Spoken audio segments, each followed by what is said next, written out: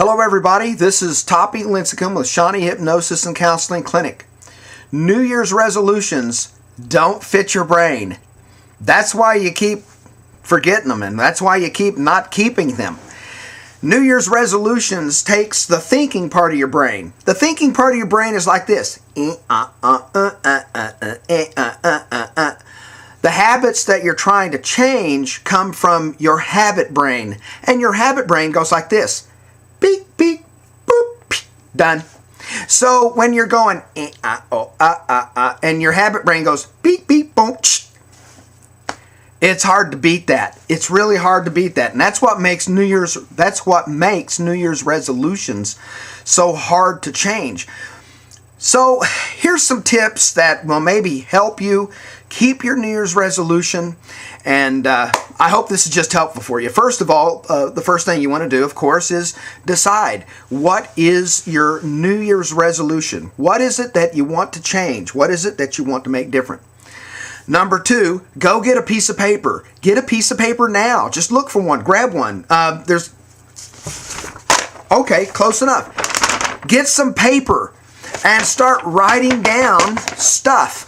The things that you want to write down are the benefits. What is going to be the benefit if I change this, if I lose weight, if I stop, whatever that habit might be. Whatever that is, just what's the benefit of changing that? Write that down. Get it on paper. This is important. And get that paper in a place where you will always be able to find it. Always.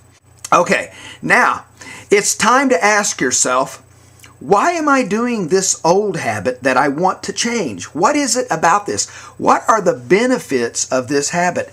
Every bad habit has a benefit, or we wouldn't do it.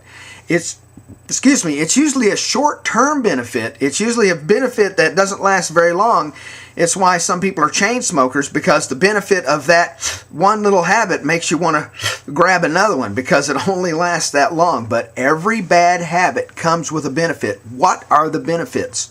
Now, you've got to take a look at that, and your piece of paper should tell you what are going to be the long-term benefits. Remember, long-term, that's an awful lot of thinking. Okay, but you've got that written down on paper. You've got an idea as to just what are the benefits. Is it boredom? Is it anxiety? What is it? What is the root of this bad habit? What is it giving to me, or what is it I think it's giving to me? Let me be honest with you. The cigarettes, they're not doing you any favors. It's just a bunch of false hope that goes up in smoke. They're not calming you down. They're not helping you out. They're not making life better, and they make you stink. Okay? But there's a perceived benefit there somewhere, or you wouldn't be doing it. That's the truth. So now the next thing you've got to ask yourself is, what else can I do? And what I'm talking about here is getting ready to be ready. Okay, there's that one person out of 100,000 or whatever that stops things cold turkey, and you hear their story and you think to yourself, why can't I be that cool? Well, just not all of us can be that cool. All right, that's just part of life, and it doesn't work that way for most of us because of this and the beep beep, that thing. Okay, keep that in mind. So what else can I do instead of whatever that is? Whatever it is, what is something I can do? My favorite replacement behavior is a glass of water. Because water is good for you, because water is going to flush out toxins and things like that have gotten into your habit, to your body, usually because of the habit. By the way, if you haven't checked out my video on habits, check that out. It'll fill in an awful lot of gaps that I've got going on here. Now, here's the next thing that you got to do besides what else can I do, and then start doing that, by the way. Okay, instead of,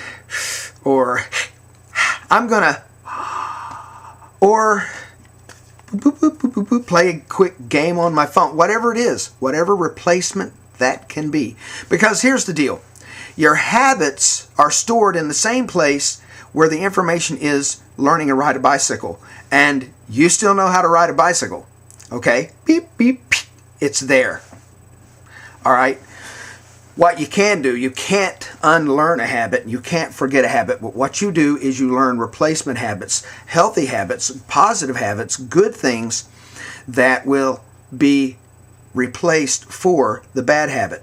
Even actually nudge it out of the way, if you will. Now here's the next part. Number 4. I haven't really been numbering these, but number 4, understand it's just going to happen. It happens to everybody.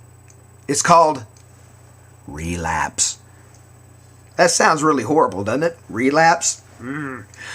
But everybody's going to fall off of their horse. Everybody's going to quit. You're going to go to the gym for 3 months. You know it's going to happen, that you're going to go, oh, gee, I don't want to do this no more. It's not fitting your lifestyle. That's a whole nother ball of wax. But know that you're going to relapse. That's when you get that paper and you say, oh, yes, I remember now. I want this. I don't want that. I want this. And then call a friend.